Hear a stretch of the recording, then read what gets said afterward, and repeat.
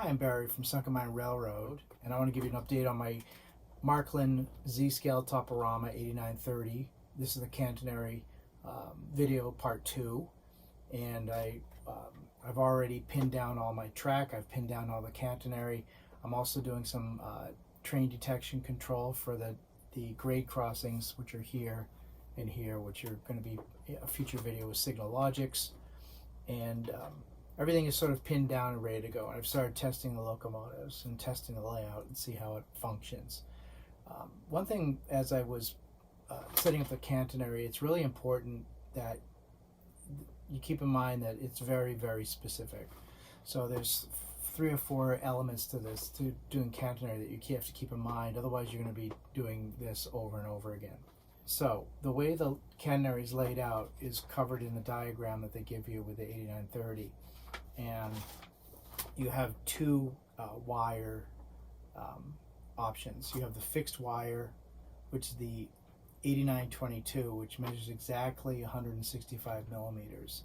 Then you have a variable wire, which can expand in and out, which goes from 150 millimeters to 180 millimeters.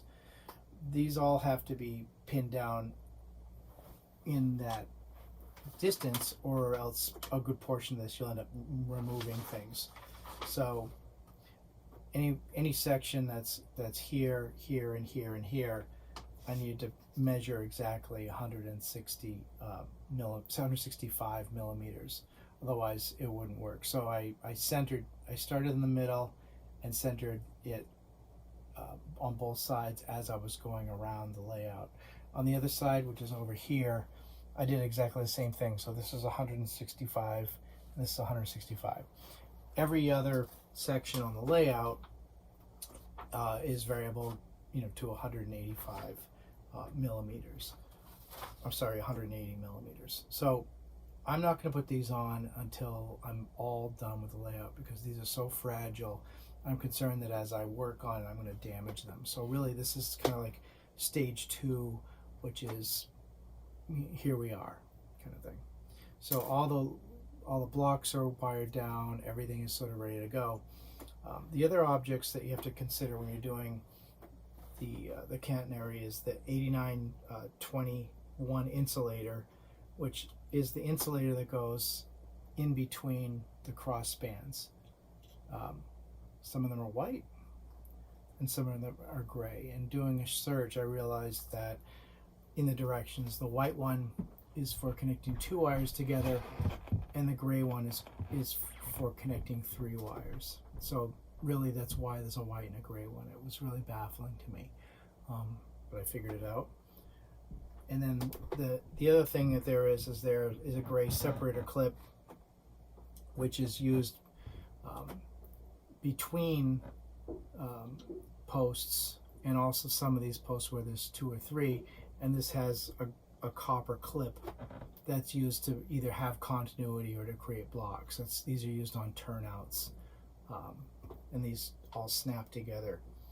And then the last object that you have to be concerned about is the 8927 clip, which is this little tiny thing, which will clip these 2 mid-span wires together over the X crossing that I have.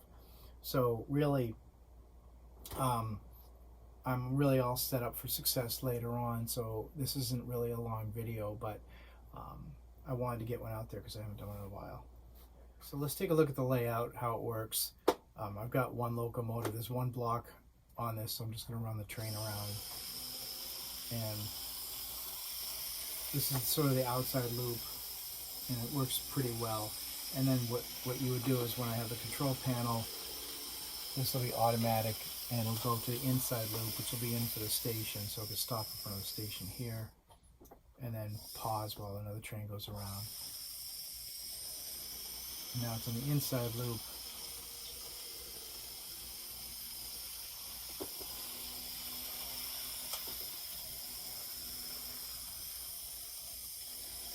And so it works pretty good.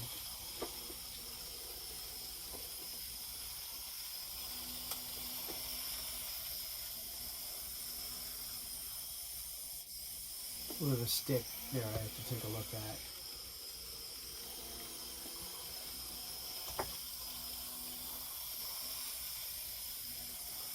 And then here's the yard, which is going to have a engine house here.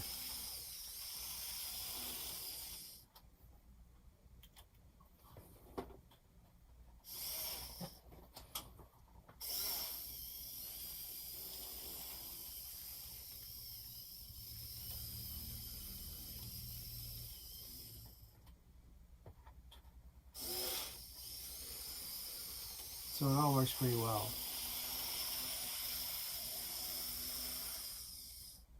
So thank you for joining and have a great day.